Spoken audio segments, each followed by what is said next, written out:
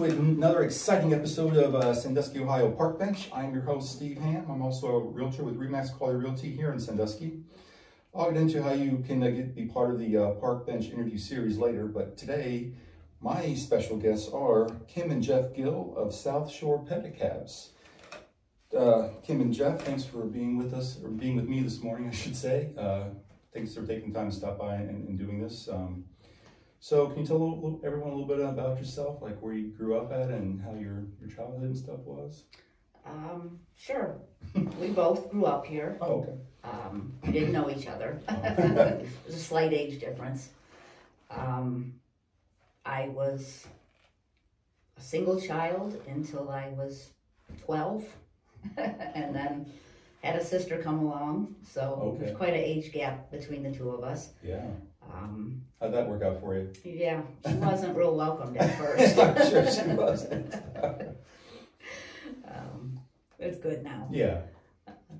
She still lives in town. And, okay. And my parents both still are here in town. Okay. So good. we see them a lot. Okay, well good. Yeah, family's important. Mm-hmm. Yeah, and I grew up on the west end of Sandusky. I have an older brother and sister and a younger sister. Okay. A couple of half brothers and sisters. And my mom is still around Sandusky. My dad passed a couple years ago from COVID. I'm sorry to hear that. Yeah. But have just really loved this town. Yeah. As long as we've been here. And okay. Glad to see where it's headed now. So how long you both been in? Well, you said you grew up here, right? Or we're both originally. Yeah. Okay. Yes. Yeah, born and raised. Yeah. Okay. Good. Yeah. Yeah. I've been here for about 10 years myself, and I'll tell you, even living in St. Pete, Florida, it's a huge city. But what I always call Sandusky since I've been here, and something that I've always mentioned now is it's the small city with big city amenities. It really is, I think. We're getting there. Yeah. So how was it like growing up around here for both of you? It was a good place to grow up.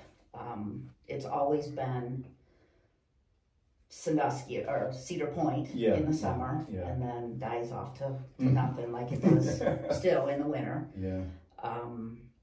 The downtown area was nothing when I was growing up. Yeah. It was boarded up buildings, and we never went down there for anything. Yeah. So to see what the powers that be have done in the last several years, it's amazing. They're just trying to, instead of the destination being Cedar Point, they're trying for it to be Sandusky in general, and drawing people downtown to this entertainment area. Yeah.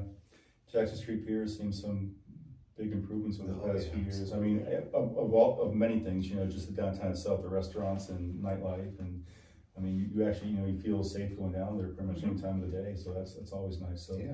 And with the little age difference between Kim and I did get to experience a little bit of the downtown area when it was alive. In the early 70s and stuff. When I was a young boy, they had street fairs, and the shops and the stuff were still, the streets were still full of businesses and stuff. But then you started to see the decline, obviously, when the mall came into fruition out on 250.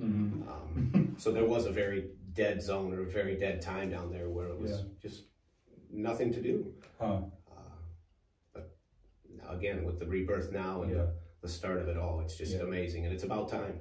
Yeah, I totally agree. It is about time, and most people I've heard that they're very excited about what's going on. You always have your few naysayers. Oh, you're going to have both sides to every story, but I think that balances things out and may bring some different points that other people don't see. Right, sure.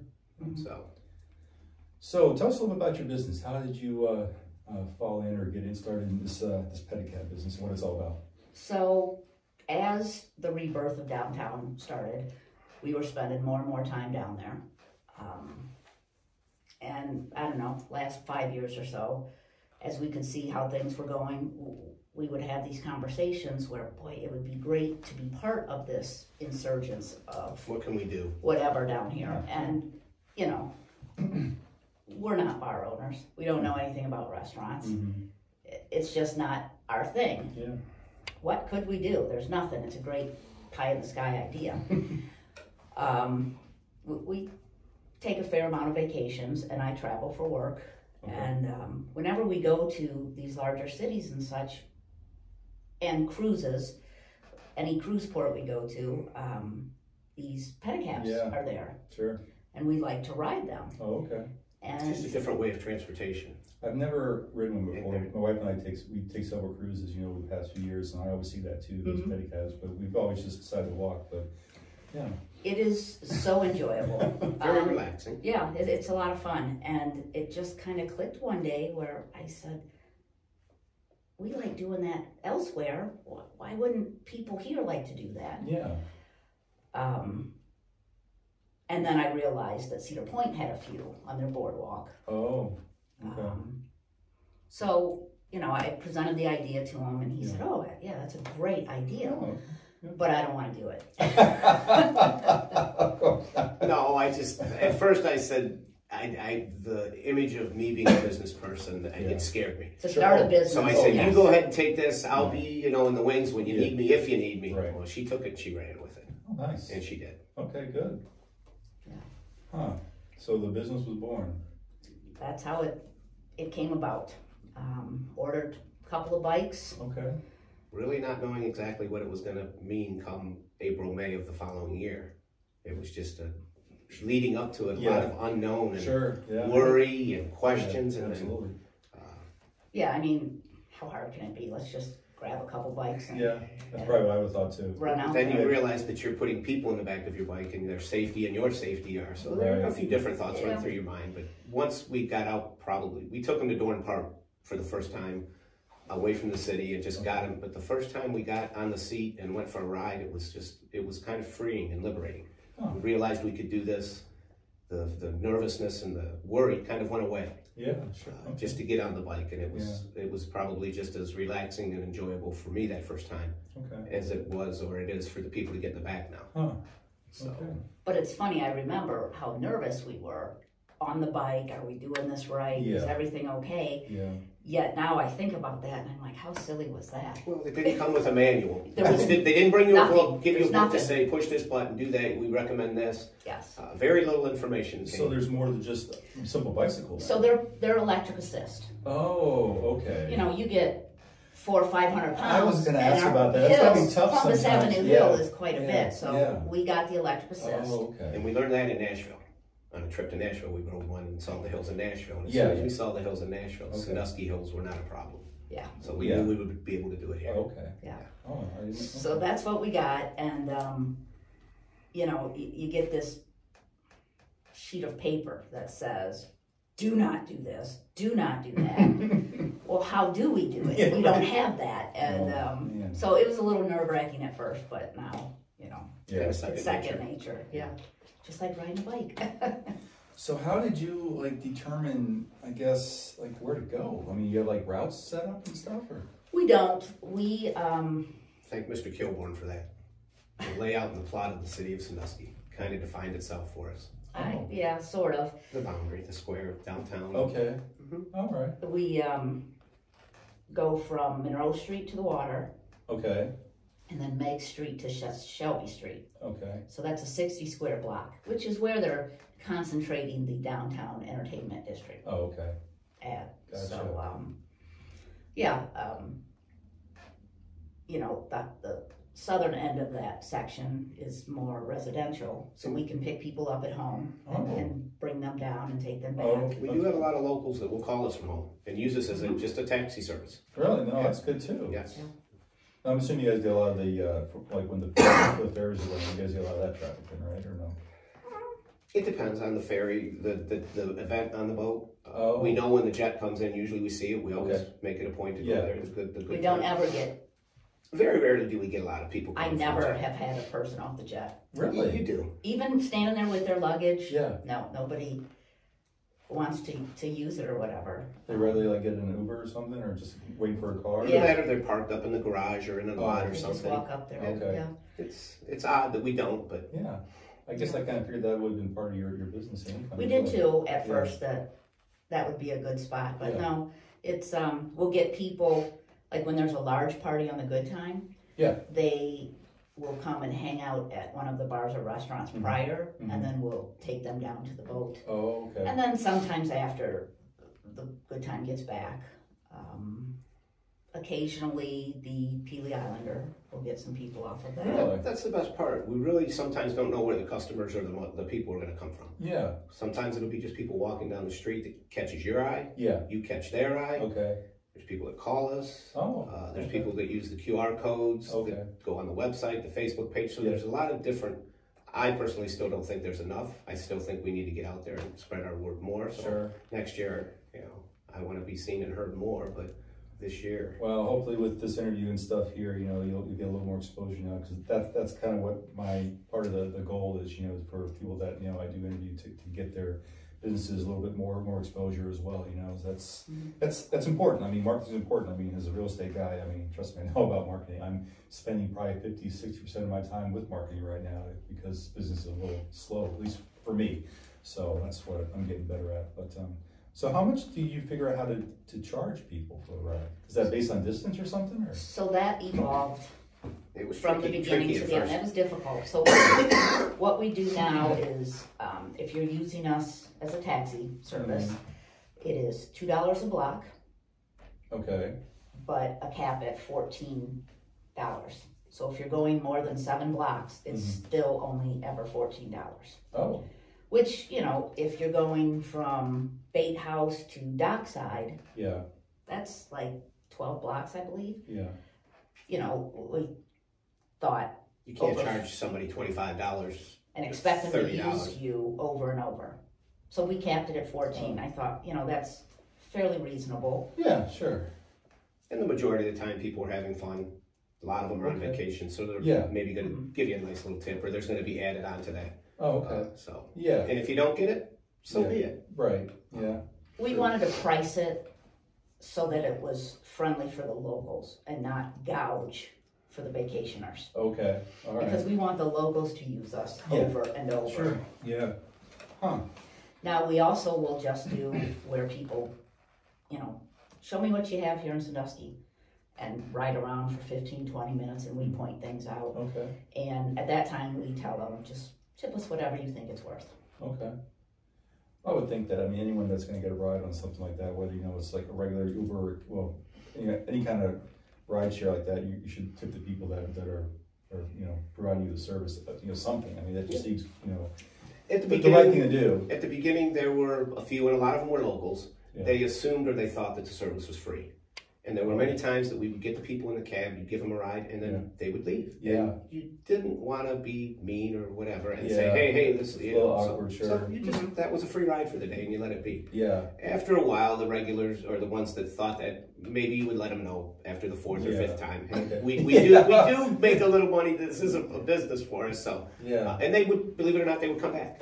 Oh. And even if it was $1 or $2 tip, that was all right for me. Yeah, sure. Especially the kids.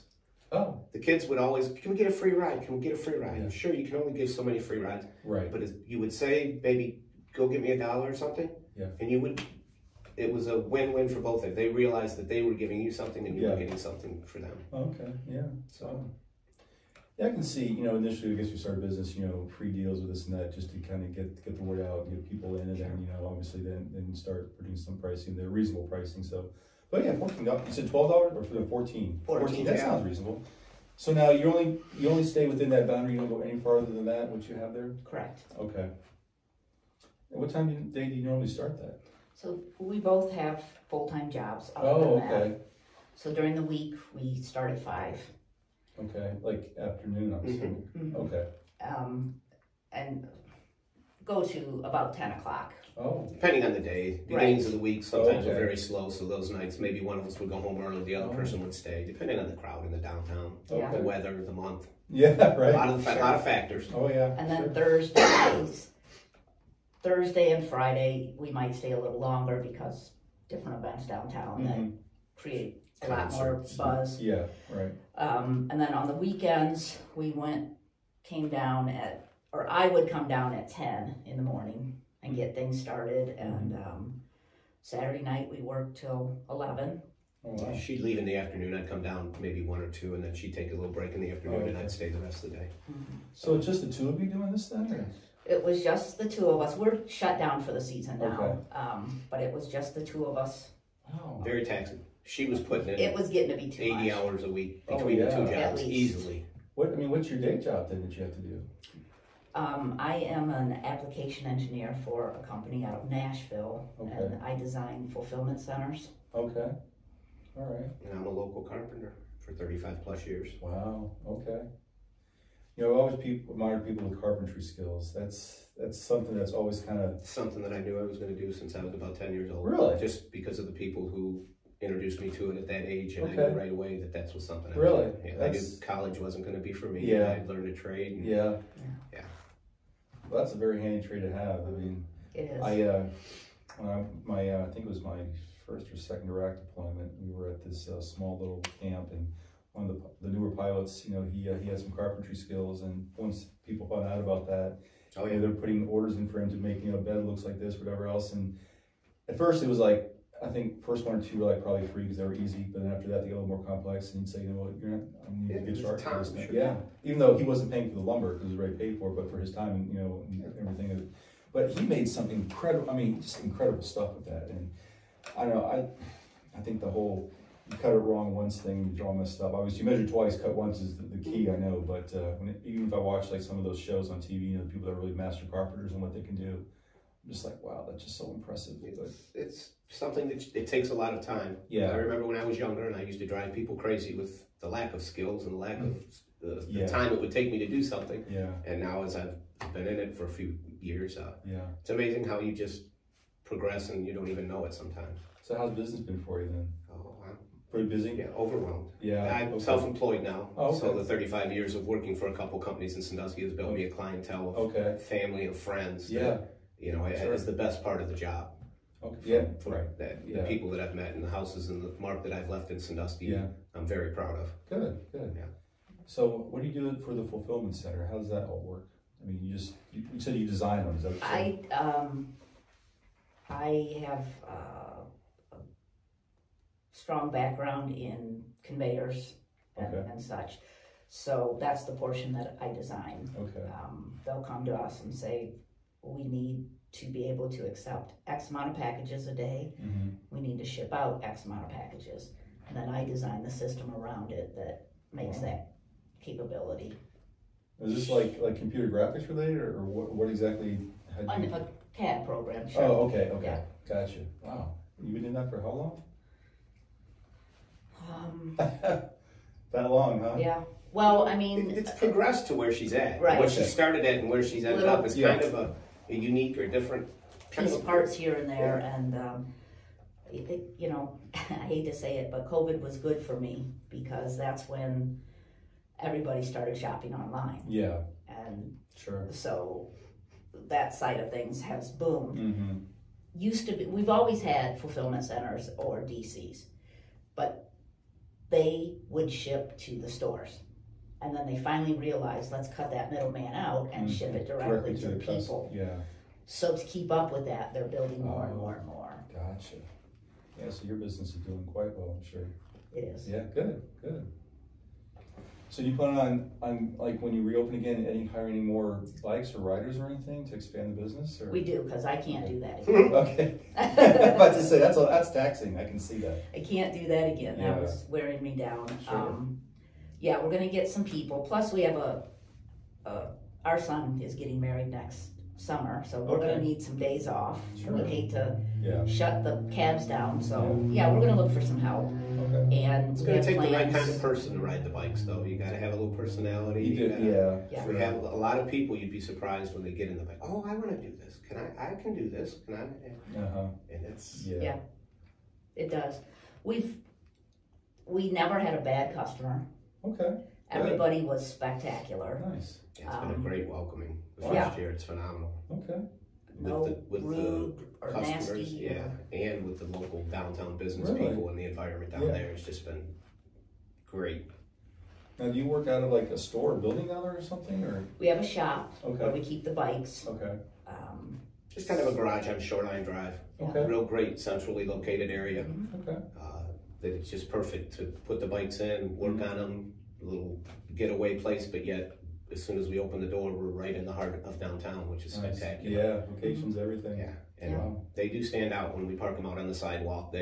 People walk by and they scream at you. So wow, that's cool. Yeah, I would never thought about having a business like that, but yeah, that would be interesting. So one of the big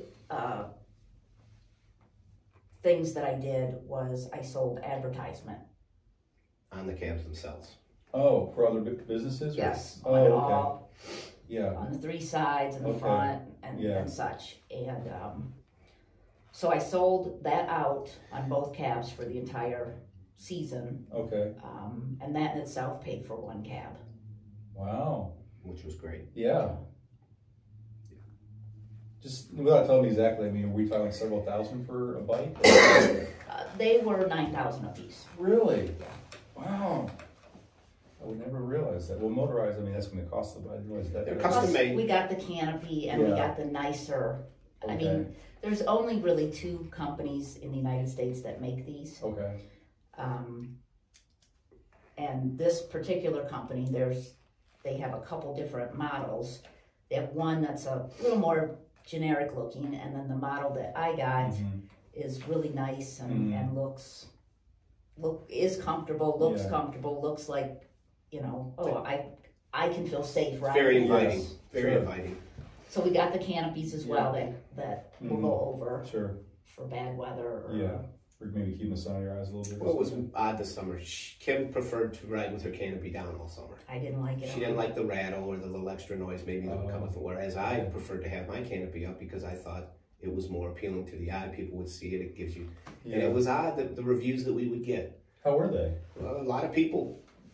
I want to ride in the one with the canopy, but then you'd get the people that would say, no, I want the convertible. So it was, you know, kind of 50-50. Yeah, just a preference. No, those canopies, is it fixed or can they be folded down when they're off? Yeah, they can be They can folded be totally down. removed if you want also. Okay. Yep. It's not the easiest task to do. There's screws involved. It's not difficult, but it's not like, here, let's put this down. Oh. Did I mention I'm a carpenter, not a mechanic, and she's the mechanic? So she's the mechanical mind. I'm more of the hands-on carpenter. So these bikes and these mechanics are a new test for me. Yeah. But I'm learning. Huh. So you're a little mechanically inclined, are you? I think that comes Her with mind, the, yeah. Oh, okay. with the territory of being an engineer. So what do you think your goals for the company are here starting next year? We're going to expand. How so?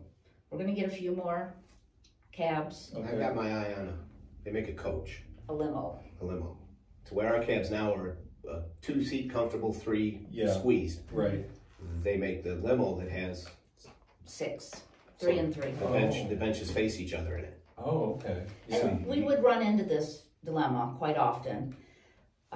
Families of 4, 5 people. Sure. Oh, yeah. Because we do sit people on laps once in a while and pile them in once in a while, to where you can put. I think I had one mom and 6 kids in the cab one time, which was, they were all little, but it was quite fun. I'm sure for the kids. One may have been standing up, holding on, and he loved every minute of it. Carter.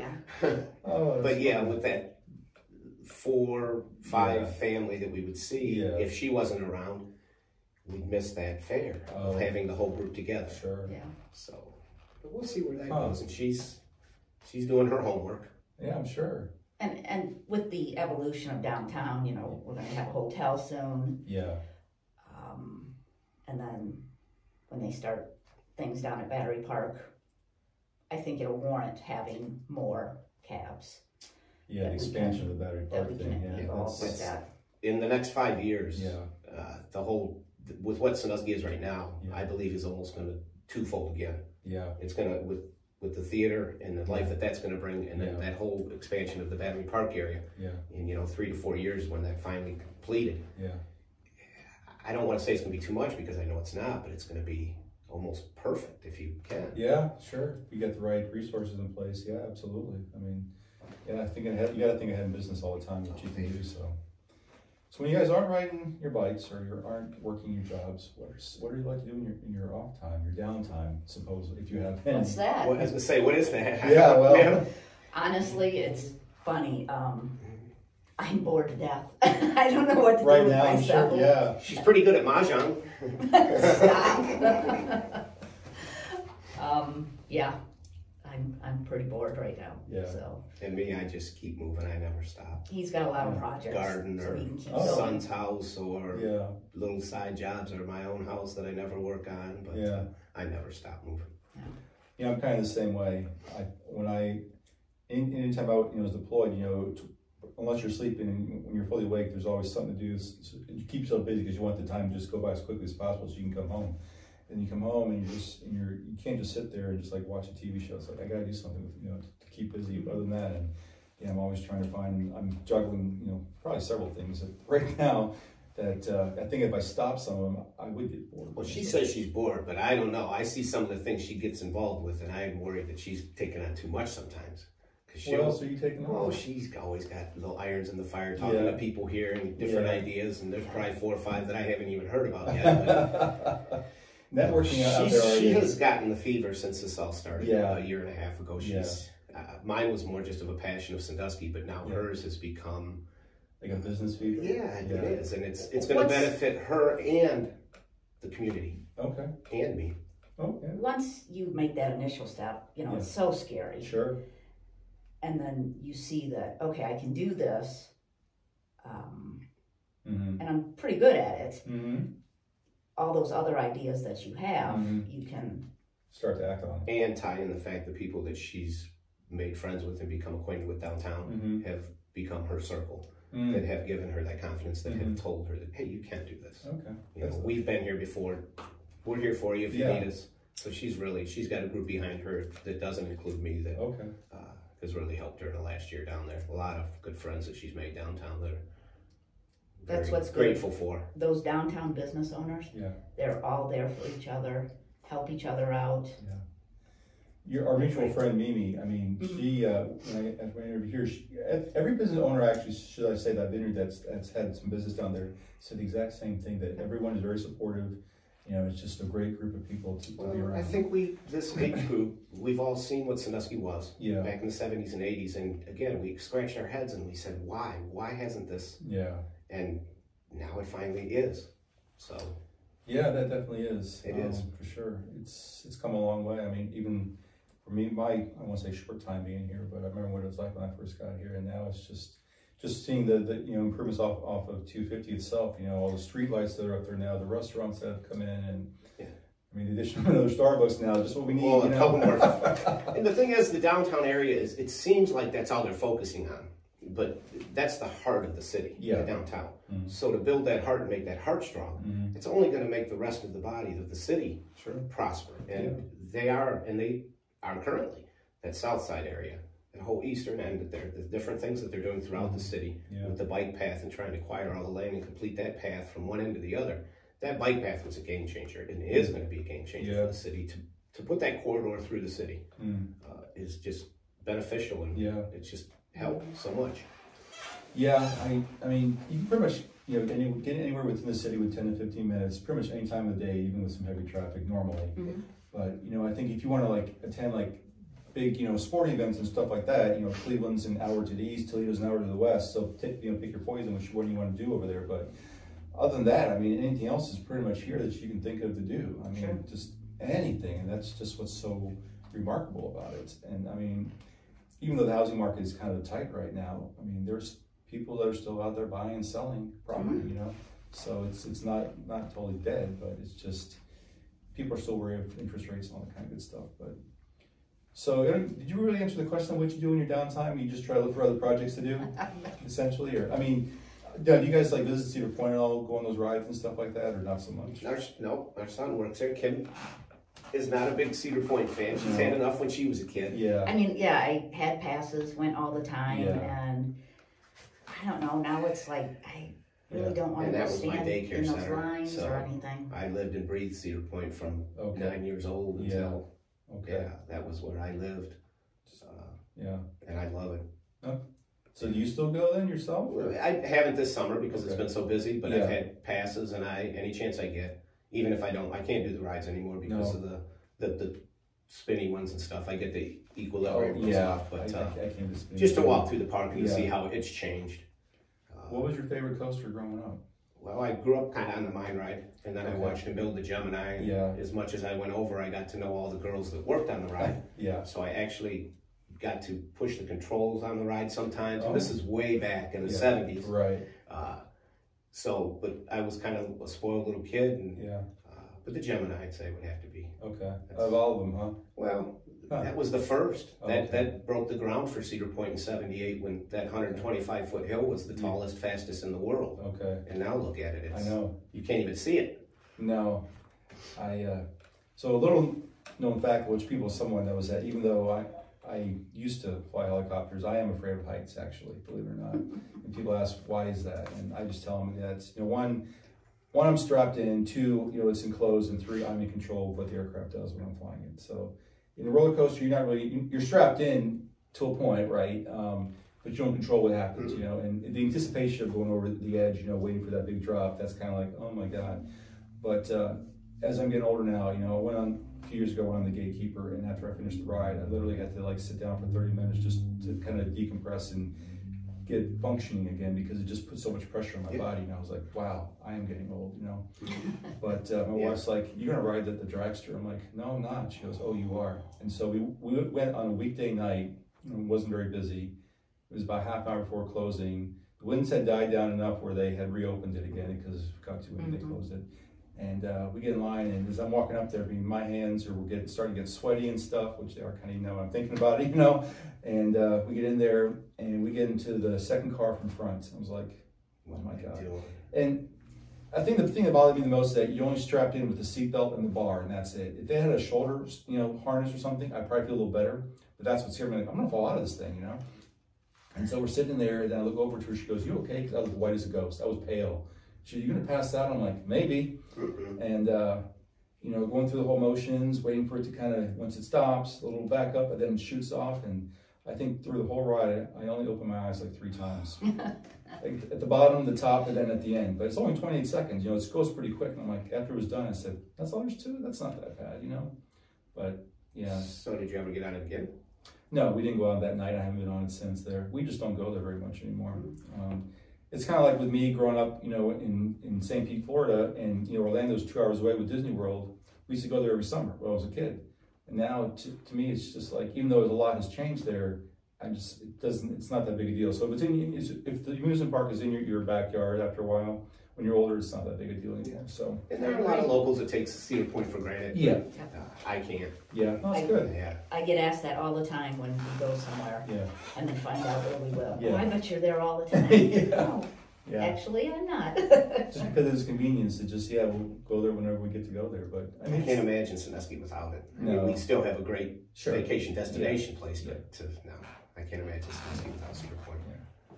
So you guys have any favorite restaurants that you like to go to around here? All of them. We don't eat out a lot. No? I like to eat. I've become pretty good friends with Tom Siegel downtown. Landmark is a great place downtown that I like. Okay. But there's so many good ones downtown. She is not a big sushi eater, so I haven't been able to do Small City yet. Oh, okay. So yeah, I've been there a few times. I'm not big. I'm picky about what sushi I have, so I don't get that extravagant or experiment too much with that. I'm not that big on raw fish, but okay. Let's see what else I want to ask you guys. So once, let's say, the pedicab, the pedicab business is, let's say, gone, where do you guys see yourselves doing for retirement, essentially? Never really had to think about this. Think you stay in the area or maybe travel? I want to travel. Kim wants to go south in the winters for sure. Yeah, she doesn't like the cold, so she'll talk me into that in a few years. Yeah. Well, we've got a few little projects at home that I want to complete in the next couple of years, and then our son will be married, and it'll be on to a different chapter in our lives. And we still got a few years, at least I think, before I start thinking about retirement or slowing down. The body may change that plan. Right. Yeah. Well, that's kind of what the Pedicabs were. A retirement plan. To get him out of carpentry. And, he's never going to be able to sit around. Yeah. And so this is something that he can do. And actually, when I'm on the cab, that actually does keep me stationary. In one place. Because I'm on the bike, yet I'm moving. Yeah. When I'm not on the bike, I'm just moving. different places in the vehicle or different houses and stuff. When I'm on the bike, I'm downtown, and I like that. Yeah. I can say that could be very liberating to a point, sure. I never once this summer, you know, at 4:30 in the afternoon, went, oh, we got to go ride the cabs. Oh, I never had that. Okay. Maybe when it was cold and rainy one night in April, but the majority of the time, no, I never had that. No, I don't want to go do this. I actually look forward to going down there. Yeah. That's good. That's great. Yeah. Pedicabs, that's unique. Yeah, she found the right little something to fit in that Sandusky didn't have. Yeah. We'll see where it goes. Kind of the American dream, you know, especially like people go on Shark Tank, you know, have all these ideas of the new next greatest and best thing, but... Well, as a young boy, my dad, he's passed, obviously, like I said, he used to always try to instill my brother and I, go do this, go start a little vegetable stand, go do this, try to get a, you know, and we always brushed him off. No. Yeah. You know, we were young, we were having fun, doing whatever we were doing. Yeah. And when she came to me with this idea and it actually formed, I look back and I don't know, he'd probably be smiling a little bit. Sure. I think that, you know, she finally got me to do something that... So, I mean, we're not going to get rich off of this. Yeah. It's not one of those things. Yeah. But it's something that people remember when they come to Sandusky for a vacation or whatever. Yeah. It's one more thing. Oh yeah, and we rode those pedicabs. Yeah. And that's what the goal was when we started this. Okay. Just to add something else to the downtown area. Sure. But I think the best part is truly the emotion that you get when somebody gets in the back seat. Really? They vary. Some kids would be scared, you know, afraid, because they can be a little intimidating. Okay. Other people, immediately the kids and the other people, cameras are out. You know, they're taking pictures, they're talking to people, they're riding these cabs and stuff. She's turned down a $200 tip from one rider. And, you know, Why is that? Well, it just maybe too much of a tip? Yeah, I mean, sure, you welcome the tips and whatnot, but that was a little over the top. Yeah. He and his wife were here for a couple days, and he said it was the best experience. And we get that. He had. The most fun they've ever had, and sometimes their life. And really? Yeah, and then, what did we do? But if we can do that for somebody, we're very happy to do that. Okay. Yeah, I mean, sometimes the experience alone is also a need, you know, and I think also, you know, the people that are riding or operating the bike, you know, makes a difference too, you know, having the right personality to deal with customers and make it enjoyable, and that's important, you know. I mean, plus the beautiful downtown, when you pull down Shoreline Park and you take that turn and they can see that bay and the lake and Cedar Point and the breeze is hitting them. Yeah. It's everything hitting them all at once. Yeah. And it's appreciated on both sides. Good. Yeah. Wow. That's very cool. Really looking forward to next year and what the city and what we're going to bring to the city too. Absolutely. That's going to be cool. So if you're anyone who's thinking about, you know, is an entrepreneur at heart and is thinking about starting up a business, what would be your advice for them? Do your homework first. I've heard that several times actually. There are so many things that come up. Yeah, and this is stuff that I didn't even know about. And all the size and stuff that I would hear upstairs, and the speed bumps and the along the road. Yeah. That's where she shines. Yeah, definitely do your homework, but I think, you know, if you're strong-willed enough, you'll figure out how to get over that step, that bump, that obstacle, or get around it, you know, and make things work. And if you truly have a product or an idea, then stick with it. Yeah. Because if you have that gut feeling, or if you believe in something that strong, then you have to give it that chance. Yeah, I agree. I mean, what are you going to do? Fail? Oh, well. I mean, how many entrepreneurs there have failed at something before they've done something that actually works? I mean, that's how you find out what doesn't work, you know? I mean, so, yeah. So, how can people get a hold of you, or what's like websites and stuff to find out about your amazing business? So we have a website, southshorepedicab.com. Okay. We're on social media, Facebook and Instagram. Okay. Not a lot going on right now in our downtime. Yeah. We've also have stickers that are in a lot of the downtown doors and windows and such, restaurants and bars that have our QR code on it that you can hit, and you'll call us. Oh, That's smart. Yeah, that's real smart. We can come pick you up there. A lot of our frequent flyers are the boaters from the Yacht Club, Battery Park, or the Paper District Marina there. We've got some of those stickers there. Okay. Now, do you guys usually like cash only, or is it like you have like take? We take Venmo and credit card. Okay. All right. Cool. And $14 for a flat rate for. It's a 60 block area. Yeah. Okay. Wow. I mean, that's reasonable to do something like that. And like you said, you can be from one end of town 10, 15 minutes. Yeah. And that's my hardest part. I've got to slow down sometimes. You want to be able to enjoy the ride. It's not all about, unless they say, I need to get there right now. Yeah, but you would hope that most are probably tourists or whatever. They just want to take that extra time throughout the day and just enjoy themselves. So. Sure. Well, sometimes it's fun talking them into the cab. They don't want to do it. By the time you get them in the cab and get them out of the cab, that's the best thing that they did on their vacation. Yeah. And they thank you for out of everything they've done. A lot of times, Really? Yeah. That is, that's incredible for you to hear that. Well, when you get in the back, when you come down next summer and you get in the cab, you'll see, because usually the first word is, boy, this is relaxing. Yeah. This is smooth. And it's... Or an hour later, somebody will be walking and flag me down. And when I go over to them, they'll say, I just rode with the other guy. It was the best. He did the best this, and was the best experience ever. I get that quite a bit. That goes both ways. They want to. That's a kind of a little ongoing contest downtown. Who's the better driver? Who's the most for this? Who's that? We're very competitive. Sometimes. Hey, well, that's good. I mean, somebody wants to have a pedicab race downtown. They want to get us racing each other to see. I watch that for sure. I don't think it's going to happen this year. Who knows? But it's definitely going to be in the future sometime. We've got to have some fun with them. Sure. And it's a good reason we could make some money for some better cause for that one. I bet. Yeah. Okay. Yeah.